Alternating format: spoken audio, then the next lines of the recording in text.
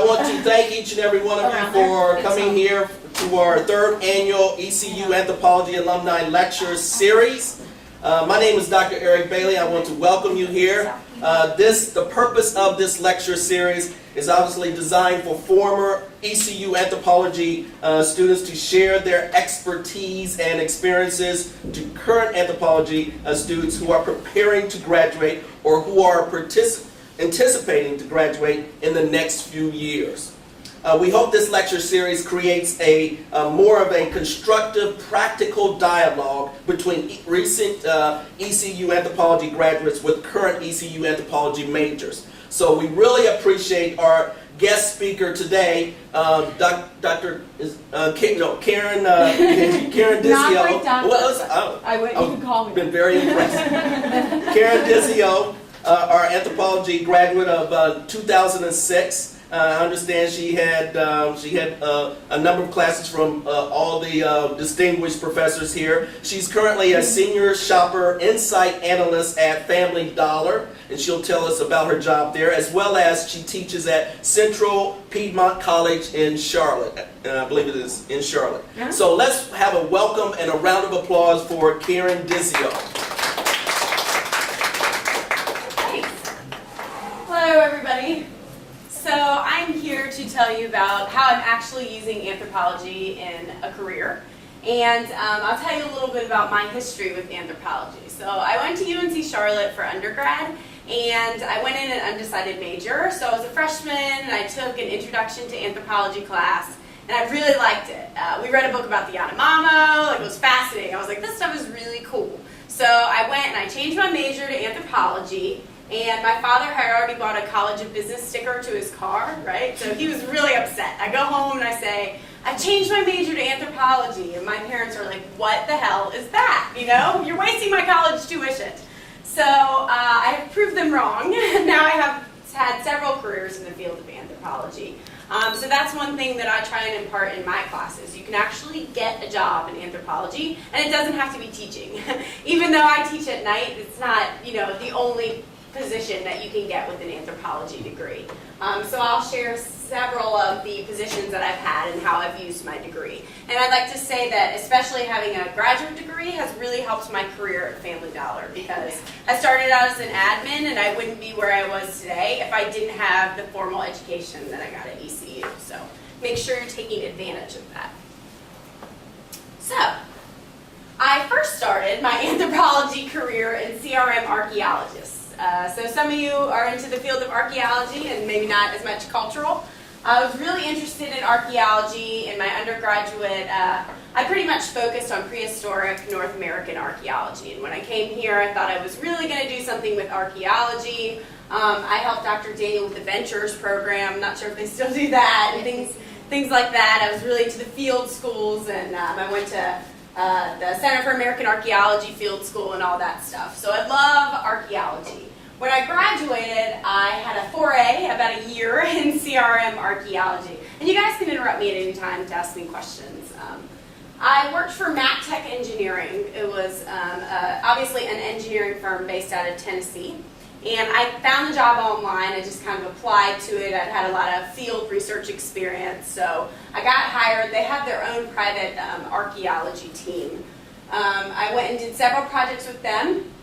The main one I did for about half a year was up in the Ozark Mountain Range, which, if you don't know where that is, it's in Ironton, Missouri, like population 5. It was crazy. There was nobody that lived there.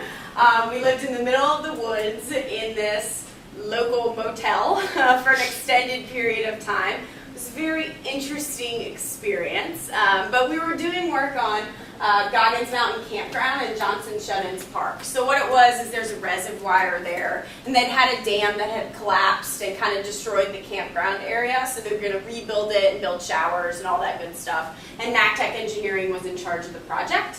And so they sent us up there to do the archaeological survey. We did a lot of shovel testing. So that's something I learned about CRM archaeology. Unless it's a phase 3 investigation, it's not what you typically think the glamorous archaeology, oh, we're digging our units, and oh, this is awesome, it's so fun. It was a lot of shovel testing. So following your compass through swamps and crawling over whatever you came across. It was real life CRM archaeology, and it was exhausting.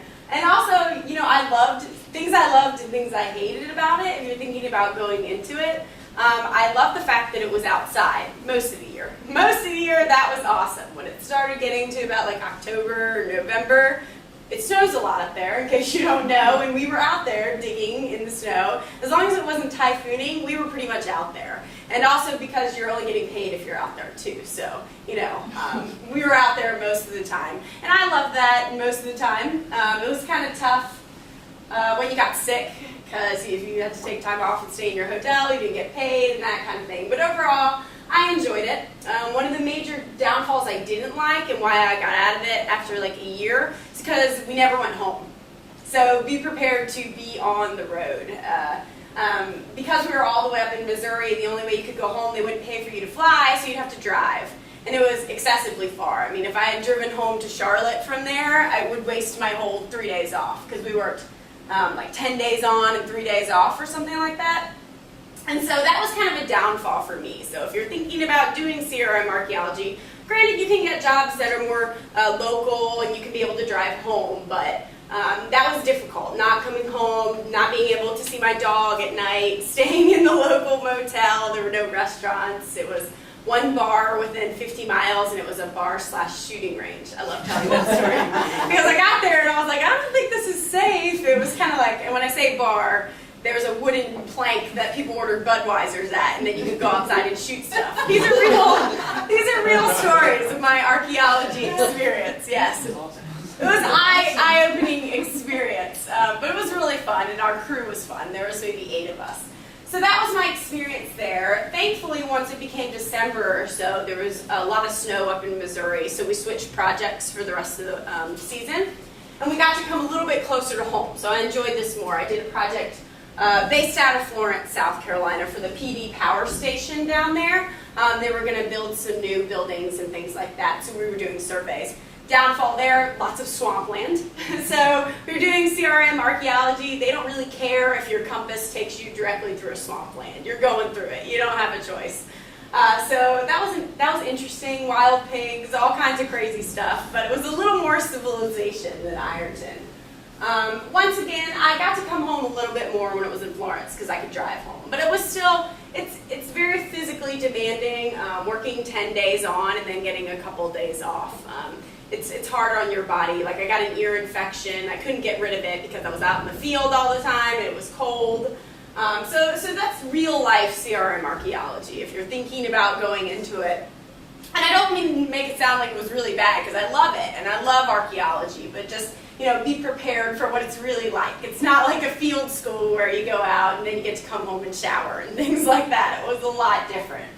Does anybody have any questions about CRM archaeology, or are you thinking about going into it? Thinking about it? Good. It was fun. Like I said, the bar/shooting range and things like that, quite an experience. And, you know, meeting a lot of different people from different geographies and learning about them, you know, the cultural side of me, really enjoyed that. So getting out in the country and talking to people. We had helpers, they were called, or like local people that came in to help us screen when we got to phase 2 and phase 3 investigations and things like that. So getting to know the community and that kind of thing was also a fun part of CRM archaeology. So after a year of that, I thought to myself, working in an office would kind of be nice. It sounds good right about now. So I started looking for a job in business and applying anthropology in business, which I've been doing for about the last 6 years or so. As I mentioned, I got a job originally through a temp agency when I moved back to Charlotte after my MacTech excitement.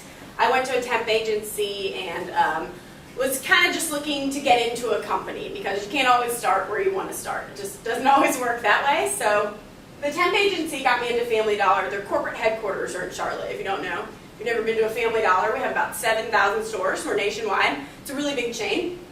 Even though I grew up in Charlotte, I didn't even know the corporate headquarters was down the street.